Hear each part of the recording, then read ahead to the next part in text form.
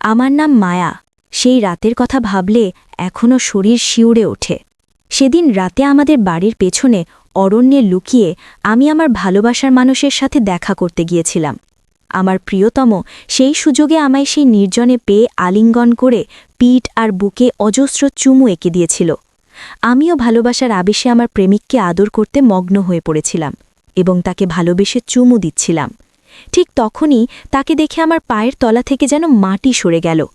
কারণ ওই সময় আমার ছোট বোন নিতা আমাদের সামনে এসে জোরে জোরে হাততালি দিয়ে বলে উঠল, বা দিদি, তোর লজ্জা করে না? রাতের অন্ধকারে অরণ্যের মধ্যে এই ছেলেটার সঙ্গে নিজের সম্মান ক্ষয় করতে এসেছিস? বিয়ের আগেই একটা ছেলের সাথে মজা করছিস? ছি! সেই সময় আমি ভয়ে আমার ছোট বোনের হাতে পায়ে ধরে বলেছিলাম যে এই কথাটা যেন কাউকে না বলে। এরপর আমার ছোট বোন আমার সাথে যা করেছিল সেটা শুনলে আপনাদেরও আত্মা কেঁপে উঠবে। আসলে আমি পড়াশোনায় খুব ভালো ছিলাম, আর আমার মা তো ছোটবেলাতেই আমাকে ছেড়ে পৃথিবী থেকে চলে গিয়েছিলেন। মায়ের মৃত্যুর পর আমার বাবাই আমার সব ছিলেন। বাবা আমাকে এত ভালোবাসতেন যে শুধুমাত্র আমার জন্য আর দ্বিতীয় বিয়ে করেননি। তখন আমি ব্যাংকের পরীক্ষার জন্য প্রস্তুতি নিচ্ছিলাম। যেহেতু আমি পড়াশোনায় খুব ভালো ছিলাম, তাই আমার নিজের ওপর বিশ্বাস ছিল যে আমি খুব দ্রুত পরীক্ষায় পাশ করে ব্যাংকে চাকরি পেয়ে যাব। কিন্তু চাকরি পাওয়ার পর আমার বাবা বাড়িতে একা থাকবেন, এই কথাটা ভেবেও আমার খুব চিন্তা হতো। তাই আমি বাবাকে বলেছিলাম যে তিনি যেন দ্বিতীয় বিয়ে করে একজন মাকে বাড়িতে নিয়ে আসেন। কিন্তু আমার বাবা কোনোভাবেই দ্বিতীয় বিয়ে করতে রাজি হননি। আমি যখন বাবাকে বিয়ের কথা বলেছিলাম, বাবা বলেছিলেন, মায়া, আমার যদি বিয়ে করার হতো তাহলে আমি অনেক আগেই করে নিতাম।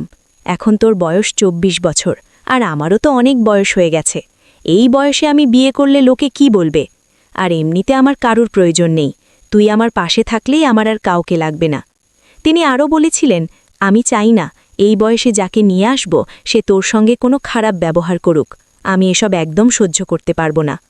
বাবা যখন বিয়ে করতে রাজি হলেন না, তখন আমি আমার দিব্যি দিয়ে অনেক জোর করে বলেছিলাম যে বাবা যদি দ্বিতীয় বিয়ে না করেন তাহলে আমার চাকরির পর বাবার দেখাশোনা কে করবে? আমি যখন অনেক জোরাজুরি করেছিলাম, তখন বাবা শুধু আমার খাতিরে বাধ্য হয়ে দ্বিতীয় বিয়ে করেছিলেন। রেবেকা মাসিমাকে বিয়ে করে বাবা তাকে আমাদের বাড়িতে নিয়ে এসেছিলেন। আসলে রেবেকা মাসিমার স্বামী বেশ কয়েক বছর আগে হার্ট অ্যাটাকে মারা গিয়েছিলেন। তারপর রেবেকা মাসিমাও আর দ্বিতীয় বিয়ে করেননি। তাই আমি বাবাকে বলেছিলাম রেবেকা মাসিমাকে বিয়ে করে বাড়িতে নিয়ে আসলে তারও একটা আশ্রয় হবে। সেই দিন যখন বাবা রেবেকা মাসিমাকে বিয়ে করে বাড়িতে নিয়ে এলেন, তখন আমি খুব খুশি ছিলাম এবং ভেবেছিলাম রেবেকা মাসিমা আমার বাবার খুব খেয়াল রাখবেন, আর আমিও মন দিয়ে নিজের পড়াশুনো করতে পারব। কিন্তু বাবার বিয়ের পর তো আমার সঙ্গে সবকিছু উল্টোটাই হয়েছিল। রেবেকা মাসিমার একটা মেয়ে ছিল, সে আমার চাইতে বয়সী 2 বছরের বড় ছিল। তার নাম ছিল নিতা। সেদিন সেও আমাদের বাড়িতে এসেছিল। তার মা যেহেতু আমার বাবাকে বিয়ে করেছিলেন, তাই সম্পর্ক অনুযায়ী আমার বাবাও তার বাবা ছিলেন। আমার বাবার উপর নিতারও ঠিক ততটাই অধিকার ছিল যতটা আমার ছিল। আমার বাবার অনেক সম্পত্তি ছিল, আর আমাদের বাড়িটা অনেক বড় ছিল। সেদিন যখন আমার সৎমায়ের সাথে আমার সৎবোন আমাদের বাড়িতে চলে এলো, তখন প্রথম দিনই আমার সৎবোন আমার উপর জুলুম করেছিল। আসলে আমি রাতে জেগে পড়াশুনো করতাম। বাবার বিয়ের দিনও আমি রাত জেগে পড়াশুনো করছিলাম এবং বাড়ির সবাই শুয়ে পড়েছিল। রাত 2টায় যখন আমি নিজের ঘর থেকে বেরিয়ে ড্রয়িং রুমে এলাম, তখন দেখলাম যে আমার বাবা নিজের সুন্দর শোবার ঘরটা ছেড়ে ড্রয়িং রুমের একটা সোফায় শুয়ে আছেন। আমি এটা দেখে অবাক হয়েছিলাম যে বাবার তো সেদিন আমার সৎমায়ের সঙ্গে প্রথম রাত ছিল, তাহলে বাবা কেন আমার সৎমাকে একা ছেড়ে এখানে সোফার উপর শুয়ে আছেন? আমি তো ভেবেছিলাম বাবা অনেক বছর পর আবার নতুন করে নিজের জীবনসঙ্গিনীকে পেয়ে খুশি হবেন এবং তার সঙ্গে সময় কাটাবেন, কিন্তু এখানে তো সবকিছু উল্টো হচ্ছিল। বাবাকে সোফায় শুয়ে থাকতে দেখে আমি দ্রুত তাকে ঘুম থেকে তুলে জিজ্ঞেস করলাম, বাবা, তুমি নিজের ঘর ছেড়ে মাকে একা রেখে কেন এখানে সোফার ওপর শুয়ে আছো? তখন বাবা প্রথমে আমাকে সত্যি কথা বলতে রাজি হলেন না, কিন্তু আমার সন্দেহ হচ্ছিল যে বাবার হয়তো আমার সৎমায়ের সঙ্গে কোনো কথা নিয়ে ঝামেলা হয়েছে।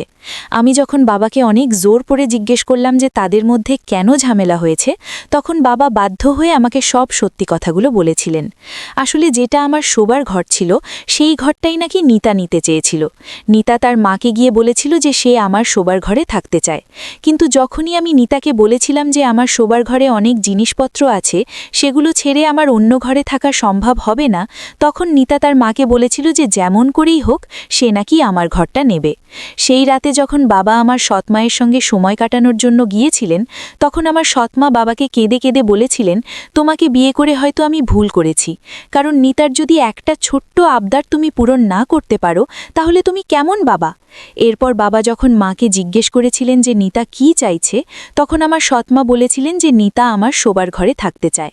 তখন আমার বাবা মাকে বলেছিলেন মায়া ওই ঘরটা ছেড়ে অন্য ঘরে যেতে পারবে না, কারণ মায়া ছোটবেলা থেকে ওই ঘরে থাকে এবং ওই ঘরে তার অনেক বই খাতা এবং ছোটবেলার অনেক স্মৃতি আছে, তাই মায়া কোনো মতেই ঘর ছেড়ে অন্য ঘরে যাবে না।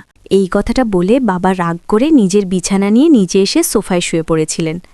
আমি তখন বাবার হাত ধরে বলেছিলাম, তুমি সামান্য একটা ঘরের জন্য আজকে মায়ের সঙ্গে ঝামেলা করেছ?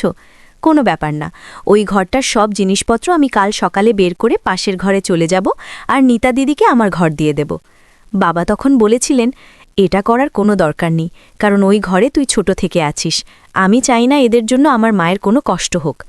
আমি তখন বাবাকে বলেছিলাম, এতে আমার কোনো কষ্ট হবে না, তুমি মাকে গিয়ে বলে দাও যে কালকের মধ্যে আমি ঘরটা ছেড়ে পাশের ঘরে চলে যাব। তুমি যেমন সবসময় আমার কথা ভাবো, তেমনি আমিও তোমার কথা ভেবে এই সামান্য এটুকু কাজ তোমার জন্য করতে পারবো না। সেই সময় বাবা আমার কথা শুনে আমাকে বুকে জড়িয়ে ধরে অনেক আদর করে বলেছিলেন, আমার মেয়ের মতো এত ভালো আর বুদ্ধিমতী আর কেউ নেই।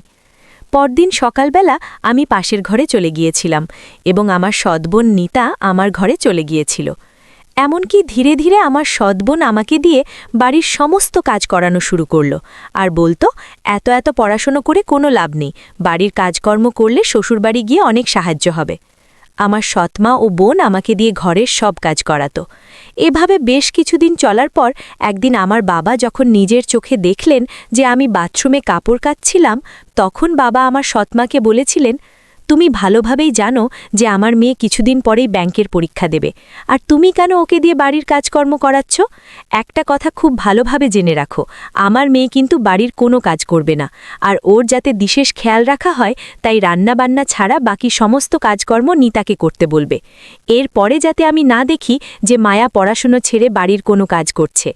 সেই সময় কিন্তু আমার সৎমা বাবার সঙ্গে ঝগড়া করেছিলেন এবং বলেছিলেন, তুমি কি শুধুমাত্র নিজের মেয়ের কথা ভেবে আমাকে বিয়ে করেছিলে, যাতে আমি এই বাড়ির সমস্ত কাজ করি আর তোমার মেয়ে পায়ের ওপর পা তুলে বসে বসে খাবে? আমি কিন্তু বলে দিচ্ছি, আমি চাকরের মতো বাড়ির সমস্ত কাজ করতে পারবো না। আমার বাবা কিন্তু সেই সময় সৎমাকে হুমকি দিয়ে বলেছিলেন যে তিনি যদি বাবার কথা না শুনেন এবং আমাকে দিয়ে যদি বাড়ির কাজকর্ম করান, তাহলে কিন্তু বাবা তাদেরকে বাড়ি থেকে বের করে দেবেন। বাবার হুমকি পাওয়ার পর থেকে আমার সৎবোন ও সৎমা আমাকে দিয়ে আর বাড়ির কাজকর্ম করাতো না। এমনকি আমার সৎবোন নিতা, সে তো সবসময় আমাকে দিয়ে তার কিছু না কিছু ফরমায়েশ পূরণ করাতো। আমি যখনই নিজের পড়াশুনো করতাম তখনই আমার সৎবোন এসে কিছু না কিছু ফরমায়েশ করত। যখন বুঝতে পারলাম যে আমার সৎবোন ও মা আসার পর আমার পড়াশুনোর অনেক ক্ষতি হয়েছে, তখন অনেক সময় আমি তাদের কাজ করতে বারণ করতাম। আমি তো স্বপ্নেও ভাবতে পারিনি যে আমি যাদেরকে নিজের ভেবেছিলাম তারা কোনোদিন আমাকে নিজের মনে করেনি। ভেবেছিলাম আমার সৎবোন ও মা আমাকে নিজেদের মতো করে ভালোবাসবে, কিন্তু ধীরে ধীরে বুঝতে পারলাম যে তারা আমাকে মোটেই পছন্দ করত না। তারা শুধু এটাই চেয়েছিল যে আমাকে যে কোনোভাবেই বাড়ি থেকে বের করে দেবে এবং আমার বাবার সব সম্পত্তি তারা নিজেদের নামে করে নেবে, কিন্তু বাবার ভয় তারা আমাকে কিছুই বলতে পারত না। কিন্তু সেই রাতের পর আমার জীবনের সব কিছু পাল্টে যায়। সেই রাতে একটা সময় আমি চুপচাপ বাড়ি থেকে বেরিয়েছিলাম। আমাদের বাড়ির পেছনে যে ছোট উদ্যান ছিল, সেই উদ্যানের দিকে গিয়ে আমি একটা গাছের আড়ালে বসেছিলাম। ঠিক তখনই পেছন দিক থেকে সে আমাকে জড়িয়ে ধরেছিল আর অনেক আদর করতে শুরু করেছিল। তারপর মনে হলো যেন আমাদের বাড়ির দরজা খুলে আমার সৎবোন নিতা বারবার এটাই বলছিল যে বাড়ির পেছনে কে আছে। সে যখন খুঁজতে খুঁজতে আমাদের দিকে আসছিল, তখন আমি ভয় পেয়ে দ্রুত বাড়ির প্রধান দরজার সামনে এসে বললাম, নিতা দিদি, তুমি কাকে খোঁজো? এখানে কেউ নেই। তখন আমার সৎবোন আমাকে রাতে বাড়ির বাইরে দেখে জিজ্ঞেস করল, তুই এত রাতে বাড়ির বাইরে কি করছিস? আর আমার মনে হচ্ছে এখানে যেন কেউ ছিল। আমি তখন আমার সৎবোনকে ভালো করে বুঝিয়ে বললাম যে এখানে কেউ নেই, আমিই ছিলাম, কারণ আমার ঘুম আসছিল না, তাই আমি একটু বাইরে বেরিয়েছিলাম। তারপর তাকে বুঝিয়ে ঘরের ভেতরে যেতে বলেছিলাম। সে যখন আমার কথা বিশ্বাস করে ঘরের ভেতরে চলে গেল, তখন আবার আমি চুপচাপ বাড়ির পেছনের উদ্যানে ফিরে এলাম। এরপর একটা গাছের আড়ালে আমরা দুজনেই সময় কাটাচ্ছিলাম। আসলে প্রত্যেকদিন রাতে সবাই শুয়ে যাওয়ার পর আমি প্রেমিকের সঙ্গে দেখা করার জন্য আমাদের বাড়ির পেছনের উদ্যানে যেতাম। আর সে যখন আমাকে আদর করত তখন আমি একটা সীমার মধ্যে থেকে তাকে আদর করার অনুমতি দিতাম। আমি কখনোই আমার প্রেমিকের সঙ্গে সীমা অতিক্রম করিনি। কিন্তু সেই সময় যখন আমার প্রেমিক আমার হাত ধরে কপালে চুমু দিচ্ছিল, ঠিক তখনই আমার সৎবোন আমাদের সামনে দাঁড়িয়ে জোরে জোরে হাততালি দিয়ে বলল, বাহ, দারুণ ব্যাপার তো! তাহলে এত রাতে তুই লুকিয়ে এই ছেলেটার সঙ্গে এই সব কাজ করিস? আমরা তো জানতাম যে তুই রাত জেগে পড়াশোনা করিস। তোর এই হচ্ছে পড়াশোনা? তোর বাবা তো খুব গর্ব করে বলে যে আমার মেয়ে মায়া খুব ভালো, আমার মেয়ের মতো আর কারো মেয়ে নেই। আমার তো তখনই সন্দেহ হয়েছিল যখন তুই এত রাতে বাড়ির বাইরে দাঁড়িয়েছিলিস। আমি তখনই বুঝে গিয়েছিলাম যে তুই আমার থেকে কিছু একটা লুকাচ্ছিস। তাই আমি নাটক করে ঘরের ভেতরে চলে গিয়েছিলাম। কিন্তু আবার চুপচাপ বাড়ির বাইরে এসে যখন তোকে খোঁজা শুরু করলাম, তখন দেখলাম তুই এই অরণ্যের ভেতরে আছিস। আমি যখন বাবাকে তোর ব্যাপারে এই কথাগুলো বলবো, তখন তোর কি অবস্থা হবে ভেবে দেখেছিস? এরপর নিতা আমার হাত ধরে টানতে টানতে ঘরের ভেতরে নিয়ে গেল। সেই সময় আমার বাবা মা যেহেতু উপরের ঘরে ঘুমোচ্ছিলেন, তাই তারা আমাদের ব্যাপারে কিছুই জানতে পারেননি।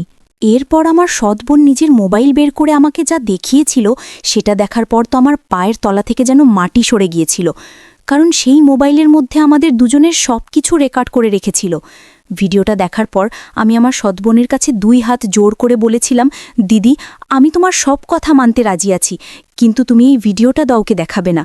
তুমি যা বলবে আমি তাই শুনব। তুমি শুধু আমার এই ভিডিওটা মুছে দাও। আমার সৎবোন তখন আমার গালে হাত দিয়ে বলল, ঠিক আছে, ভিডিওটা আমি মুছে দেব, কিন্তু একটা শর্তে। যদি তুই বাড়ির সব কাজকর্ম করিস তাহলে আমি এই ভিডিওটা কাউকে দেখাবো না। আর হ্যাঁ, বাড়ির সব কাজকর্ম করার সাথে তুই নিজের বাবাকে কিভাবে সামলাবি সেটাও কিন্তু সম্পূর্ণ তোর ব্যাপার। তোর বাবা যাতে তোকে বাড়ির কাজকর্ম করতে দেখে আমার মায়ের ওপর যাতে রাগারাগি না করে, সেটাও তোকেই দেখতে হবে। এই কথাগুলো বলে সে হুমকি দিয়ে আমার ঘর থেকে বেরিয়ে চলে গেল। পরদিন সকালবেলা বাবা যখন বাড়িতে ছিলেন না, সেই সময় আমার মা বললেন, আমি বাড়ির কাজকর্ম করতে পারবো না, তোরা কোথায় খাবি না খাবি দেখে নে, আমি আর একটাও কাজকর্ম করতে পারবো না। সেই সময় আমার সৎবোন তার মাকে বলল, মা, তুমি চিন্তা করো না, আমি তোমার জন্য একটা ভালো ব্যবস্থা করেছি, আর আজকের পর থেকে তোমাকে কোনো কাজকর্ম করতে হবে না। আজকের পর থেকে তো বাড়ির সব কাজকর্ম মায়া করবে। সেই দিনের পর থেকে আমার ইচ্ছে না থাকা সত্ত্বেও আমাকে নিজের পড়াশোনা বাদ দিয়ে বাড়ির সব কাজকর্ম করতে হতো। আর যখনই বাবা বাড়িতে আসতেন তখনই আমি নাটক করে বই নিয়ে পড়তে বসে যেতাম, যাতে বাবা জানতে না পারেন যে আমি কী কারণে বাড়ির সব কাজকর্ম করছি। সেই দিনের পর থেকে আমার বোনের ভয়ে আমার প্রেমিকের সঙ্গেও দেখা সাক্ষাৎ করা বন্ধ করে দিয়েছিলাম। তারপর সেই দিন রাতে আমার পায়ের তলা থেকে যেন মাটি সরে যায়, যখন রাত 1টায় আমি নিজের চোখে দেখে ফেলি যে আমার সৎবোন জোর করে আমার প্রেমিকের জামাকাপড় খুলে সে নিজের মনের শখ পূরণ করছিল। এমনকি সে আমার প্রেমিক অরুণকে বলেছিল, তুমি ঠিক সেইভাবে ভালোবাসো যেভাবে তুমি মায়াকে জড়িয়ে ধরে ভালোবাসো, আমিও সেই ভালোবাসাটা তোমার কাছ থেকে পেতে চাই। সেই সময় কিন্তু আমার প্রেমিক অরুণ নিতাকে অনেক বাধা দিয়েছিল। আমার প্রেমিক যখন আমার সৎবোনের কথা মানতে রাজি হলো না, তখন আমার বোন আমার প্রেমিককে ওই ভিডিওটি দেখিয়ে হুমকি দিয়েছিল যে সে যদি তার সঙ্গে সম্পর্ক না করে তাহলে কিন্তু আমাদের দুজনের ওই ভিডিওটি ভাইরাল করে দেবে। আমার প্রেমিক তখন ভয়ে নিতার সঙ্গে সব কিছু করেছিল। আসলে নিতা লুকিয়ে আমার মোবাইল থেকে আমার প্রেমিককে মেসেজ করেছিল যে রাতের বেলা সে তার সঙ্গে দেখা করতে চায়। আমার প্রেমিক তখন ভেবেছিল যে ওই মেসেজটা হয়তো আমার মোবাইল থেকে আমিই তাকে করেছি। এরপর আমার প্রেমিক যখন রাতবেলা ওই গাছের আড়ালে আমার জন্য অপেক্ষা করছিল, তারপর আমার বোন যখন আমার প্রেমিকের সামনে গিয়ে দাঁড়িয়েছিল, তখন আমার প্রেমিক বলেছিল, তুমি এখানে কি করছো? আর মায়া কোথায় আছে? আমার বোন তখন বলেছিল, আজকের পর থেকে মায়া নয়, আমি তোমার সঙ্গে দেখা করতে আসব, আর আমাকেও ঠিক সেইভাবে ভালোবাসতে হবে যেভাবে তুমি দিদিকে ভালোবাসো, কারণ তোমাকে দেখার পর আমি তোমাকে ভালোবেসে ফেলেছি। আমার প্রেমিক তখন আমার বোনকে বলেছিল, তোমার কি মাথা খারাপ হয়ে গেছে? আমি তোমাকে নয়, মায়াকে ভালোবাসি, আর এইসব স্বপ্ন দেখা বন্ধ করো যে আমি তোমাকে কোনোদিন ভালোবাসবো। ভালোবাসা কখনো জোর করে পাওয়া যায় না। তখন আমার সৎ বোন আমার প্রেমিককে হুমকি দিয়েছিল তার মোবাইলে রেকর্ড করা আমাদের দুজনের ভিডিওটা দেখিয়ে। আমার বোন আমার প্রেমিককে বলেছিল, আমি তোমার কাছে জোর করে ভালোবাসা পাবো না ঠিকই, কিন্তু হুমকি দিয়ে তো অবশ্যই পাবো, তাই বেশি বাড়াবাড়ি করলে তোমাদের দুজনের এই ভিডিওটা আমি ভাইরাল করে দেব, তাই আমি যেটা বলছে তোমাকে সেটাই করতে হবে। সেদিন নিজের চোখে আমি সবকিছু দেখার পর আমার বোনকে বলেছিলাম, তোমার সাহস কি করে হলো আমার প্রেমিকের সঙ্গে এসব কাজ করার? তুমি নিজে আমাকে অরুণের থেকে দূরে করে এসব নোংরামি করলে? তোমার লজ্জা করে না অন্যের ভালোবাসা কেড়ে নিতে? তুমি যতই চেষ্টা করো না কেন, অরুণ তোমাকে কোনোদিন মন থেকে ভালোবাসতে পারবে না, কারণ অরুণ তো আমাকে ভালোবাসে, আর হুমকি দিয়ে অন্যের ভালোবাসাকে কোনোদিন পাওয়া যায় না। আমার প্রেমিকের নাম অরুণ। আমার সব কথা শোনার পর বোন বলল, তোর এসব ফালতু কথা শোনার আমার কাছে সময় নেই, আর এমনিতেও আমি অরুণকে ভালোবেসে ফেলেছি, তাই অরুণ শুধু আমার, আর তোকে এই বাড়ি থেকে চলে যেতে হবে, না হলে আমি কিন্তু তোদের দুজনের ওই রংবাজি ভিডিওটা ভাইরাল করে দেব। তখন কিন্তু তুইও তোর বাবা মায়ের বাইরে কাউকে মুখ দেখানোর যোগ্য থাকবি না। তাই আজকে রাতের মধ্যেই তোকে এই বাড়ি ছেড়ে চলে যেতে হবে, আর অরুণ শুধু আমার। অরুণকে তো আমিই বিয়ে করব। এরপর আমার বোন আমাকে একটা চিঠি লিখতে বলল। সেই চিঠিতে নাকি আমাকে লিখতে হবে যে আমি নিজের ইচ্ছায় এই বাড়ি ছেড়ে চলে যাচ্ছি। আমি যখন নিতার কথা মতো চিঠি লিখতে রাজি হলাম না, তখন সে আমাকে বলল, কোনো ব্যাপার না, তুই লিখতে না পারলেও তোর হয়ে আমিই চিঠিটা লিখে দিচ্ছি। তারপর সে নিজের মতো করে চিঠিটা লিখে আমার হাতে ধরিয়ে দিয়ে বলেছিল, এই চিঠিটা তোর বাবার ঘরে রেখে দিয়ে আয় এবং তাড়াতাড়ি এই ঘর ছেড়ে বেরিয়ে যা। সেই সময় আমি নিতার হাতে পায়ে ধরে বলেছিলাম যে সে যাতে আমার সঙ্গে এত অন্যায় অত্যাচার না করে, কিন্তু সে আমার কোনো কথা শুনল না। বোন যখন আমাকে হুমকি দিয়ে ঘর থেকে বেরিয়ে যাচ্ছিল, ঠিক তখনই আমার বাবা ঘরের ভেতরে এসেছিলেন এবং বাবা নিতাকে আমার ঘর থেকে বের হতে দেখেছিলেন। সেই সময় আমি ঘর ছেড়ে যাওয়ার জন্য বাধ্য হয়ে একটা ব্যাগের মধ্যে নিজের জামাকাপড় গোছাচ্ছিলাম, আর আমার চোখ দিয়ে অনবরত জল গড়িয়ে যাচ্ছিল। আমাকে অন্য অবস্থায় দেখে বাবা ঘরের ভেতরে এসে আমার কাছে এসে অনেক ঘাবড়ে গিয়ে আমার চোখের জল মুছে জিজ্ঞাসা করলেন, মা, তুই এভাবে কাঁদছিস কেন? তোর কি হয়েছে? নিতা কি তোকে কিছু বলেছে? আমি তখন নিজের আবেগ ধরে রাখতে না পেরে বাবার হাত ধরে মাথা নিচু করে বলেছিলাম, বাবা, আমি অনেক বড় ভুল কাজ করে ফেলেছি, তাই আজকেই আমাকে এই বাড়ি ছেড়ে চলে যেতে হবে। এছাড়া আমার কাছে তো আর কোনো উপায় নেই। বাবা তখন আমার কথা শুনে বলেছিলেন, তুই এই ধরনের কথা কেন বলছিস মা? তুই এই বাড়ি ছেড়ে কোথাও যাবি না। তোর ছাড়া আমার কেউ নেই। তোর কি হয়েছে আমাকে সব সত্যি কথা খুলে বল, আমি সব কিছু ঠিক করে দেব। আমি তখন বাবাকে সব সত্যি কথা বলেছিলাম যে আমি অরুণ নামের একটা ছেলেকে খুব ভালোবাসতাম এবং তার সঙ্গে প্রত্যেক দিন রাতে আমাদের বাড়ির পেছনের উদ্যানে দেখা করতাম। সেদিন রাতে আমি যখন লুকিয়ে অরুণের সঙ্গে দেখা করতে গিয়েছিলাম, তখন অরুণ আমাকে আদর করছিল।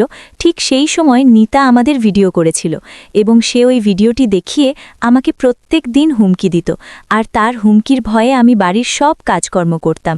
শুধু তাই নয়, সে আমার প্রেমিককে ভয় দেখিয়ে তার সঙ্গে শারীরিক সম্পর্কও করেছিল, আর এখন সে আমাকে বাড়ি ছেড়ে চলে যেতে বলেছে। সে বলেছে আমি যাতে এই কথাগুলো তোমাকে না বলি, কিন্তু বাবা, আমি তোমাকে এই কথাগুলো না বলে আর থাকতে পারলাম না। বাবা, আমাকে ক্ষমা করে দাও, কিন্তু এই কথাটা সত্যি যে আমি আর অরুণ একে অপরকে অনেক ভালোবাসি। সেদিন রাতে নিতা যা অরুণের সঙ্গে করেছিল, সেই সব কিছু কিন্তু অরুণ আবার আমাকে ফোন করে বলেছিল কিভাবে নিতা তাকে হুমকি দিয়ে তার সঙ্গে সম্পর্ক করেছে, এবং সে ওই ভিডিওটি দেখিয়ে আমাকে বলেছে আমি যদি আজকের মধ্যেই বাড়ি ছেড়ে না যাই, তাহলে সে নাকি আমার ও অরুণের ওই ভিডিওটি ভাইরাল করে দেবে। ভেবেছিলাম বাবা হয়তো সবকিছু শোনার পর আমাকে বকা দেবেন বা আমার গালে হয়তো 2-3টে থাপ্পড় মারবেন, কিন্তু বাবা আমার কান্না দেখে আর সব সত্যি কথা শোনার পর আমাকে বুকের মধ্যে জড়িয়ে ধরে বলেছিলেন, এই কারণেই আমি দ্বিতীয় বিয়ে করতে চাইনি। শুধুমাত্র তোর কথা শুনে আমি ওই মহিলাকে বিয়ে করে এই বাড়িতে নিয়ে এসেছিলাম, কিন্তু এই মহিলা ও তার মেয়ে মিলে তোর উপর এত অত্যাচার করবে আমি কিন্তু স্বপ্নেও ভাবতে পারিনি। এরপর বাবা বলেছিলেন, মায়া, তোর পরীক্ষাতে আর মাত্র কয়েকটা দিন বাকি রয়েছে মা, তাই এইসব কথা ভুলে গিয়ে তুই নিজের পড়াশোনায় মনোযোগ দে, বাকি সব কিছু কিন্তু আমার উপর ছেড়ে দে। এবার দেখ আমি কিভাবে ওদের মা ও মেয়েকে শুধরাই। পরদিন সকালবেলা বাবা উকিলকে আমাদের বাড়িতে নিয়ে এসে নিজের সমস্ত জমিজমা, সম্পত্তি, বাড়িঘর সবকিছু কিন্তু আমার নামে লিখেছিলেন। সেই সময় আমার সৎমা ও বোন বাবাকে বলেছিল, তুমি কিভাবে সবকিছু তোমার মেয়ের নামে করতে পারলে? কারণ তোমার তো আরেকটা মেয়ে আছে, নিতারও তো অধিকার আছে তোমার জমিজমা ও সম্পত্তির ওপর। আমার বাবা তখন অনেক রেগে আমার সৎমা ও বোনকে বলেছিলেন, তোমাদের কোনো অধিকার নেই আমার জমিজমা সম্পত্তির ওপর, কারণ তোমাদের দুজনের যদি ব্যবহার ভালো হতো তাহলে আজ আমাকে কিছুই বলতে হতো না। বন্ধুরা, আজকে এই পর্যন্তই। আবারও আসব তোমাদের মধ্যে নতুন কোনো ভিডিও নিয়ে। ভিডিওটি যদি তোমাদের ভালো লাগে তাহলে একটি লাইক দাও। প্রতিদিন আমি তোমাদেরকে একটি করে নতুন গল্প উপহার দেব, তাই তোমাদেরকে অনুরোধ করে বলছি, তোমরা যদি এরকম ধরনের ইন্টারেস্টিং গল্প পেতে চাও তাহলে দয়া করে আমার চ্যানেলটি সাবস্ক্রাইব করো। পরিশেষে তোমাদের সকলের সুস্বাস্থ্য কামনা করি।